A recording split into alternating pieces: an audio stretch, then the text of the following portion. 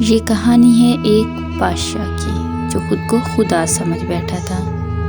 یہ کہانی ہے فرعون کی جو مصر کا سب سے طاقتور حکمران تھا۔ اس کے پاس سونا تھا، خزانے تھے، فوجیں تھیں، محل تھے، غلام تھے اور تھا ایک غرور، ایسا غرور جس نے اسے اللہ کے نبی کو جھٹلانے پر مجبور کر دیا۔ ایک دن اللہ تعالیٰ نے اپنے نبی حضرت موسیٰ علیہ السلام کو حکم دیا، جاؤ فرعون کے پاس، وہ سرکش ہو گیا ہے۔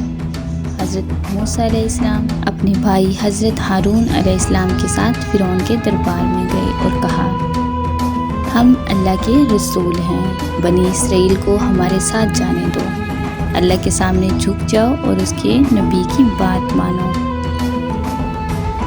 لیکن فرعون ہنس پڑا، کہنے لگا، کیا تمہارا رب مجھے نہیں جانتا؟ کیا میں مصر کا مالک نہیں؟ کیا میرے نیچے نہریں نہیں بہتی؟ اور تم دونوں کون ہو؟ صرف دو جادوگر۔ پھر اس نے اپنی عوام کو جمع کیا اور حضرت موسیٰ علیہ السلام کو نیچا دکھانے کے لیے جادوگروں کو بلایا۔ میدان سجا، ہزاروں لوگ تماشائی بنے۔ فرعون کے جادوگروں نے رسیاں پھینکی جو سانپ بن گئیں، مگر جب حضرت موسیٰ علیہ السلام نے اپنا عصا پھینکا، وہ ایک بہت بڑا استہ بن گیا اور سب جادو نکل گیا۔ فرعون کے جادوگر سجدے میں گر گئے اور پکارنے لگے، ہم موسیٰ اور ہارون کے رب پر ایمان لائے۔ یہ سن کر فرعون کو غصہ آیا، میں تمہارے ہاتھ اور پاؤں مخالف سمت سے کاٹوں گا اور تمہیں سولی پر چڑھاؤں گا۔ مگر جادوگروں نے کہا، ہمیں مار دو، ہم اپنے رب کی طرف لوٹیں گے۔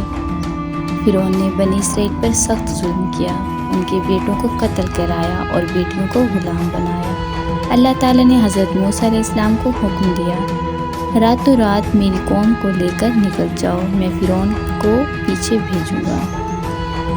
حضرت موسیٰ علیہ السلام اپنی قوم کو لے کر چل پڑے، پیچھے فرعون اپنی فوج کے ساتھ دوڑا اور آگے ایک بڑا سمندر تھا۔ بنی اسرائیل گھبرا گئی، مگر حضرت موسیٰ علیہ السلام نے کہا، میرے ساتھ میرا رب ہے، وہ راستے دکھائے گا۔ اللہ نے حکم دیا، حضرت موسیٰ علیہ السلام نے عصا مارا اور سمندر دو حصوں میں بٹ گیا، راستہ بن گیا اور سب گزر گئے۔ فرعون نے بھی داخل ہونے کی کوشش کی، لیکن جیسے ہی وہ بیچ میں پہنچا، اللہ نے پانی واپس لایا اور فرعون اپنی فوج کے ساتھ غرق ہو گیا۔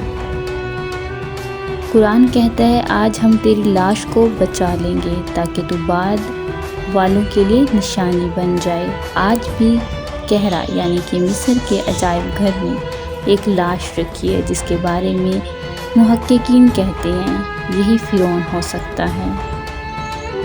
یہ صرف ایک قصہ نہیں یا کہانی نہیں ہے، بلکہ اس میں ہمارے لیے ایک سبق چھپا ہوا ہے۔ فرعون تو چلا گیا، مگر اس کا غرور آج بھی زندہ لوگوں کے دلوں میں چھپا بیٹھا ہے۔ ہر وہ شخص جو کمزور کو کچلتا ہے، سچائی کا انکار کرتا ہے، خود کو سب سے بڑا سمجھتا ہے، وہ یاد رکھے، اللہ ظالموں کو مہلت دیتا ہے مگر چھوڑتا نہیں۔ اور کبھی مت بھولیں، اللہ سب سے بڑا ہے، طاقتور ہے، حکمت والا ہے، سبھی اختیار اس کے پاس ہیں۔